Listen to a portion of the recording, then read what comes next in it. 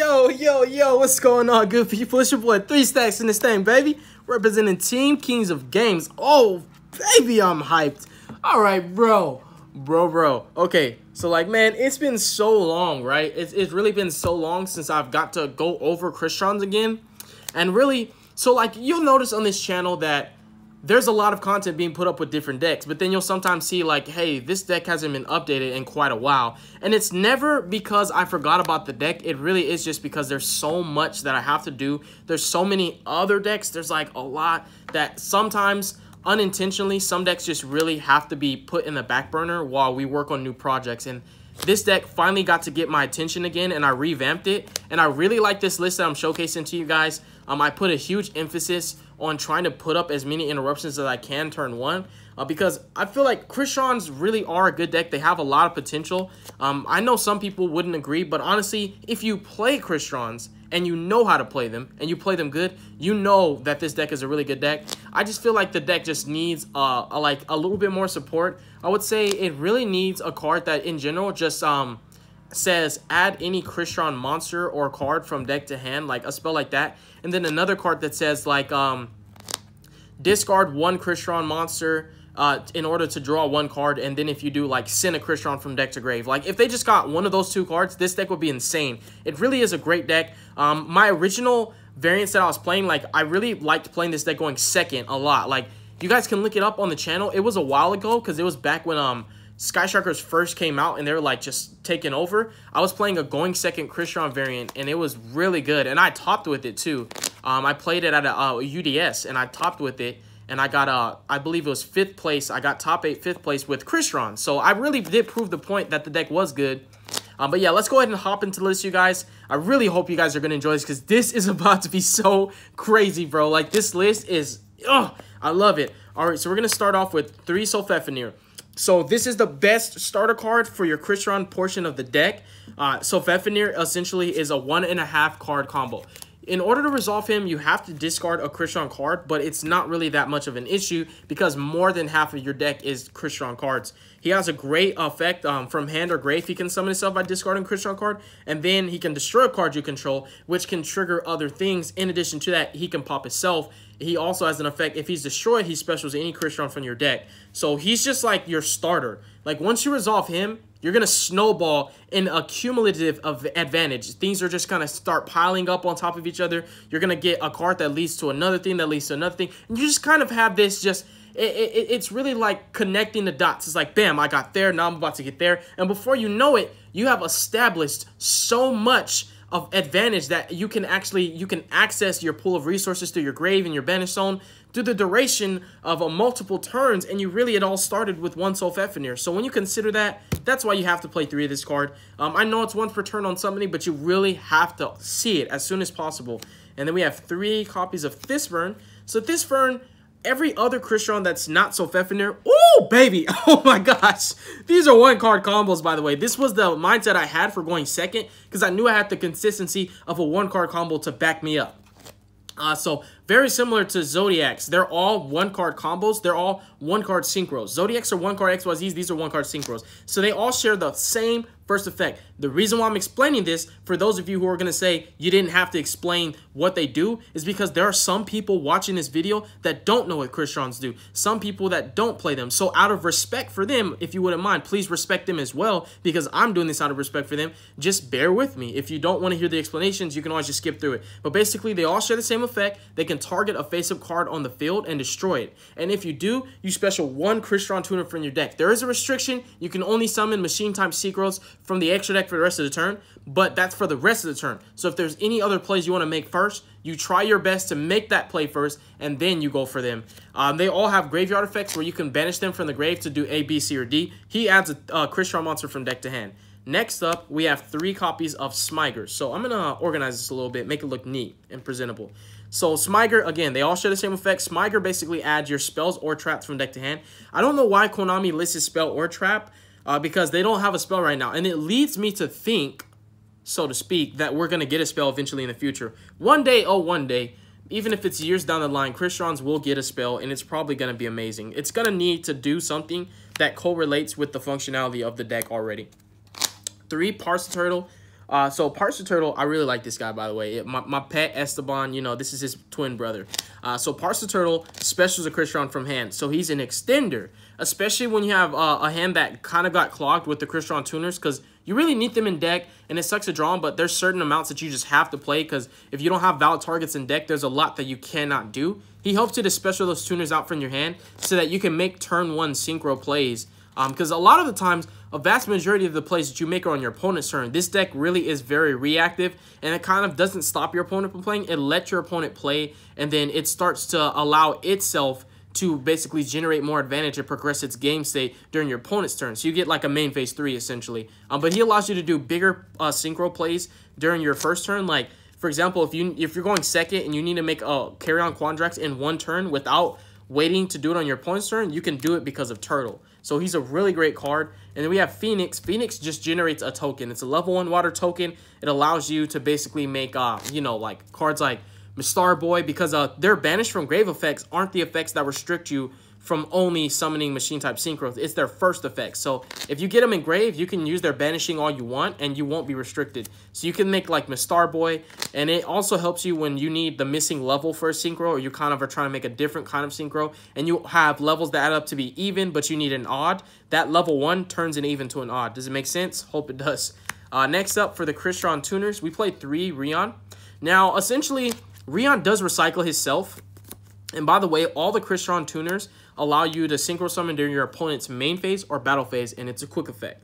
So Rion returns basically himself and the monster that he summons back to the deck. And they also summon a monster as a quick effect. So he basically lets you target a banished monster, and it's any monster. It's target a banished monster, special it from your banished zone, and then immediately apply this effect, synchro summon, using him and that monster alone into a machine type synchro during your opponent's main phase or battle phase. The materials get shuffled back into the deck. So you would think you could get away with 1, but you actually need to use 2 whenever you need that turn 1 carry on Quandrax, because when you go second, you need to break boards. And this card's really good at breaking boards because it can just banish monsters, and if they kill it, it brings back any one of the monsters that were banished. You can even bring back your opponent's stuff. So you really need to make that play a lot, so you always need 2 Rions in hand at all times. But the thing is, when you synchro with him without using his effect, you don't recycle him. So if you use 2 to make carry on Quandrax, you've ran out of Rions and you can't use it for the rest of the duel, and it comes up. So you need to play 3. And then Citri allows you to bring a Crystron, I'm sorry, not a Crystron, but any monster from your graveyard back to your field, and you immediately synchro, but you banish those materials. You can even bring back your level 5 Fefnir, and then you can go into a level 7 machine type synchro. And next up, so this is all the Crystron's. You play a lot of Crystron's. They really are what makes the deck kick. That's how you get everything started. And you have a lot of really good 1-card combos in this deck in the form of normal summons. So basically, any card that has an effect that's similar to Armageddon Knight that works with this deck is a 1-card combo, because you can send Thisarun or Solfefnir, etc. But we're going to go ahead and start off with a really good tech. It's kind of like the Spice, but I want to find a different word other than Spice, because I'm kind of getting tired of hearing Spice. I don't know about you guys. But this is kind of one of the techs that I'm playing is 3 Abyss Megalo. So again, remember what I mentioned in the beginning of this video where I was saying, oh my gosh, I really want to put up turn 1 interruptions. So Megalo kind of helps me a lot, because it comes up so much, bro. And I mean, oh my gosh, so much, right? Where you guys play Crystron, so you probably understand where you kind of just have Thisferns and Smigers and Turtles and just so many Crystrons that are kind of dead in your hand, because you can't really do anything until you get them either on the field or in the grave, and it's better to have them in grave. So Megalo really does mitigate that. He mitigates that issue and kind of lets you filter and get into better things, because their graveyard effects will obviously generate some really good advantage. So you basically use Megalo as an extender or a starter. He's very flexible and he's multi-purpose. He not only will fix that problem, but I use him to search out my Kraken. This is kind of like my little tech, you know, trying to be creative, trying as hard as I can to be creative, trying to, you know, stay ahead of the curve. But basically, you search this out, and it gives you a negation that you can put out turn 1. It's a monster negator. You could play any of the Abyss Scales, and you technically could play more. But I played in the mindset that I'm probably only going to resolve 1 Megalo that turn. So I just kind of wanted to choose one, and I chose this one because monster effects are going to be more prevalent. You always are going to be able to resolve this, whether it's the Sky Striker, Sound Migrate, or Thunder Dragon matchup. But if you play the spell or Trap Negator one, you might not be able to resolve it against Danger Thunder. And sometimes you really need to be able to negate their stuff, which is really important. So yeah, 3 Megalos essentially puts a body on field, gives you a negation, and allows you to clean your hand up and dig for better cards also, because banishing Thisfern and also your Smiger will give you better cards in general. So yeah, it's a really good card, and obviously OTKing with it is there. It's that interaction it exists. We know what Megalo does. We have 3 copies of Swap Frog and 1 Roni Homie. So this also allows you to put up, again, what I was saying, I was really serious about putting up turn 1 interruptions. So beautiful thing about this is these allow you to put out negations before you even commit to your normal summon. So you're able to actually get rid of 3 cards if you wanted to. Like, if you had sacrificed 2 for Megalo and then a 3rd for Swap, and it was these 2 plus 3 other waters, you can do that because the CRYSTRONS that you discard, they're still going to get you advantage. They're still going to search you out all kinds of cards, like so much. They're going to search you out so much. It's going to be crazy, okay? So you're allowed to do that. Like, discarding for cost is not really a problem with this deck. It actually is a good thing. But anyways, you can make Totally Awesome first before you commit with your plays, and then you have a negation. If you open with Megalo and this, you kind of put up 2 negates, and you can still make like Black Rose on your opponent's turn. Like, you Synchro on your opponent's turn. And how you make the non-machine type Synchros is with Quandax. You make Quandax your level 4 Synchro tuner, and he can basically let you make Trishula, you know, Mistworm, Black Rose, good Synchros like that on your opponent's turn so that you can disrupt them. And so these are kind of just part of your techs. They're basically part of your integrated engines that kind of just really alleviate and mitigate a lot of the issues that this deck has and kind of supplement for the weaknesses that we know we have. So we have 3 Undyne, 3 Mathematician, and I only have 2 Scrap Recyclers. Otherwise, I'd play 3. These are all 1-card combos. So opening with these is kind of the equivalent, so to speak, of having the combo. And the combo doesn't make just the same board every single time. For CRYSTRONS, the combo could mean so many different things. It could be Carry On Quandrax. It could be I just want to Black Rose my opponent because I'm playing Sky Strikers, and if they activate a Widow Anchor to my guy, I can just chain and make Black Rose anyways. You also have the ability to drop a CRYSTRON on your opponent's turn with Impact, and that can catch them off guard because you can go at the end of your battle phase when you go to main phase 2, you know, Impact. When they start to like set their card and they're like going to end phase, you say before you end your main phase 2, before you go to end phase, Impact, bring out Citri, make Black Rose, blow up all their back row, and you can kill them next turn with High Speed Roar, Chambarbra, and Megalo, cards like that. So the combo can mean so many things is the main point I'm getting at. We have the controller because you can't play Undyne without controller. So like these are all your 1-card combos. And so now I don't play very many spells or traps because CRYSTRONS can't really play that many good spells or traps. Like, you could play Moray of Greed. You really could. You play enough waters. I wanted to play something that would kind of raise the ceiling of the deck a little bit, fix some of the issues because it can break oftentimes. So I opted to play Sekka's Light, and I also chose to play 1 Impact and 1 Abyssco. So I know that some people, like, you're going to see that wild comment that's like, you never should play any other spells and traps in the deck that plays Sekka. If because I know what it says, bro. I know what Sekka's Light says. I know what it does. But also keep in mind, are you going to draw Sekka's Light literally every single duel?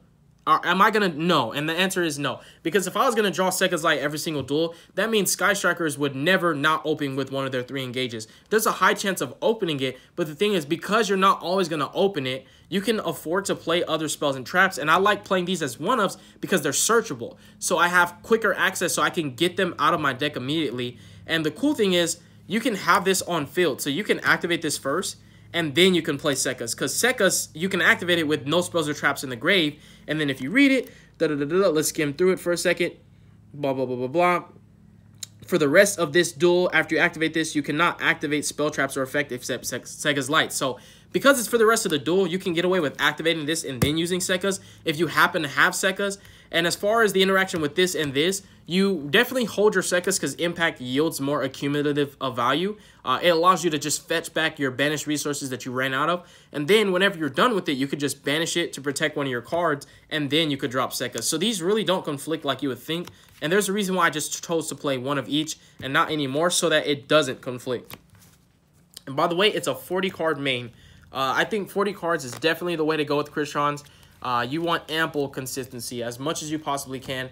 You want to open up with the correct and proper hands. You don't ever want to have weird, incomplete, bricky hands because when this deck bricks, it loses because it can't really do anything with a brick. So like strikers can brick and they can still put back row down that can protect them. Like thunders can brick and still make a Colossus. You get what I'm saying? But with this deck bricks, it can't play. So for the extra deck, we have Carry On Quandrax. This card's actually insane. I remember the best way I've ever used this, I was playing against a True King Dinosaur player. We were grinding it out. It was getting really tough. And I ended up using this guy. This guy, so what he does is basically, you have to use 2 tuners to make him. 2 tuners and a non-tuner Synchro. And a non-tuner monster. And basically, he can banish monsters from the field. And I believe it's also the graveyard. I always do from the field, but I know that you can do from the grave. I'm almost certain. Yeah, and or the graveyard. I knew it. But I always do field, so I never really use the grave effect. But you can banish monsters from the field and or graveyard up to the number of Synchro materials used to summon this. So keep in mind, you don't have to use 3. It says 2 or more tuners plus 1 non-tuner monster. So you can use as many tuners as you want to make them, as long as the levels add up to 9 and you use a non-tuner. So you could potentially banish 4, but basically he's just removal that doesn't destroy, which is really important. So you could just bypass Colossuses and stuff like that. And at the same time, his most incredible effect is if this card is destroyed by anything, basically, you get to special summon any monster from either player's banished zone, and it's just from the banished zone. So what I did against the Dino player was I had banished his what's his name, Conductor. I banished Conductor off of this, and I popped this with the effect of my own CRYSTRONS Sulfefinir. I discard special Sulfefinir, popped him, and then I brought his Conductor back from his banished zone, and then used his Conductor to pop my Sulfefinir to Book of Moon his field, and then got Sulfefinir to bring out Fistburn from the deck, and I was just good to go from there. It was crazy. Like, it was incredible. Like, this card is just, it's a really good card, and you could basically, any monster that you don't have, you could banish it with this and steal it with him. So he's incredible. I don't play Phoenix because it's just way too hard to make in Master Rule 4. It's way too hard. You literally need a Synchro and a non-tuner Synchro, and that's just super duper hard to do with this deck. And it being Master Rule 4, it's just super hard. It's not impossible, but it's just way too hard, and I'm not comfortable doing it that way. 2 Quandax. This is the Synchro that you're going to make the most turn 1. The reason why it's so important for this deck is it enables you to make Synchros that are not machine types. The thing with the CRYSTRONS, their tuners, and the actual CRYSTRONS themselves is they put you under that restriction where either turn 1, you can only summon Synchro type, machine type Synchros for the rest of the turn, or the effect of Citri and Rion only lets you Synchro summon into a machine type on your opponent's turn. So this card lets you make any Synchro, and that's really important because sometimes Trishula is important. Sometimes Don Dragster is important. Well, it's a machine, so it doesn't matter. But sometimes also Black Rose, which is one of my favorite plays to make on my opponent's turn, it's really important. I've considered Mistworm, but it just, sometimes I just can't get 3. Mistworm requires 3 monsters. The same with Trishula, but I felt like Trishula or Mistworm. Trishula or Mistworm? Nah, Trishula's better sometimes than Mistworm is. And then we have one of Matrix. It kind of helps you stall sometimes when you're playing against decks that actually have monsters that can be put to defense. You can make this on your opponent's turn, change their monsters to defense so that you buy yourself a turn. And all the Synchros float. So these just bring cards back from the graveyard if they're killed. So they do allow you to kind of just generate extra value. After you've committed to making them, they still can allow you to get a follow-up. And I only play 4 of the CRYSTRONS Synchros. Next up, we have Trishula. Vermilion is insane in this deck. Just banishing tuners and getting them back. It's incredible, dude. Samurai Destroyer. This card is really hard to deal with. And then we have Don Dragster, because you can actually make it turn 1. Again, remember I was saying, I really care so much about like making turn 1. Like, the best board that you can possibly make is going to be either Cleaver Genius or Mastar Boy with totally awesome Don Dragster and your Abyss Megalo being able to use Megalo's effect to search your equips. Well, that's the best board you can make, and you literally commit your entire hand to make that. So you put up 3 negations, basically, and that's the best this deck can do. I mean, it's not bad because when you consider that this is a very, very, like, underrepresented rogue deck that doesn't really see any play, and the fact that it can potentially put out 3 negates is good, but it doesn't do that on a consistent level. You're not going to open that godly every time, but it's just possible, and I wanted to point that out. And then we have High Speed Roar Chambara. So you really want to play more machine-type Synchros than you do anything else because that's the restriction you're under a lot of the times. So the only non-machine-type Synchros that I play are Black Rose and Trish because they're just incredible. You're only really making non-machine types on your opponent's turn. Everything else is going to be, you know, these. And you still make these on your opponent's turn. These are incredible. This solves an issue where this deck cannot really make Bulbasaur the way people would want it to. It's too hard. So this is kind of like the replacement for Borsor. It's a machine. It's really easy to make, and you can just effectively just use this to do your damage pushes in OTK. Because this deck really is not that good at OTKing. It's good with grinding, though. And then whenever time's called, you can use this card to burn your opponent. And you can make it by opening basically almost any Crystron, really. Like any Crystron combo, you can make this. So if you're ever trapped in your main phase and you drew any one of like your 12 to 13 one-card combo Crystrons, or if you drew any of your 8 normal summons, so you have like 21 ways to make this. Basically, what I'm really saying is this deck can really win in time because you have 21 combos that can get to this card.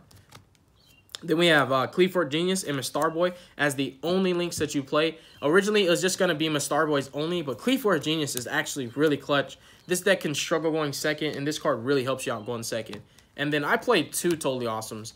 The reason why is because once you make the first one, if it ever stays on the board, you can actually make the second one.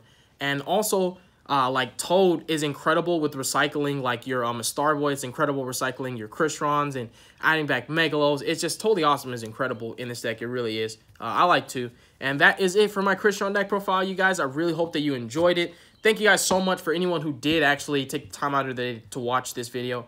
I know that this might not get a lot of views because it is Crystron, but I do appreciate those of you guys who do acknowledge how good this deck is. Yeah, you guys have a beautiful day. Stay positive, and you'll definitely be hearing from me soon. Peace out, yo.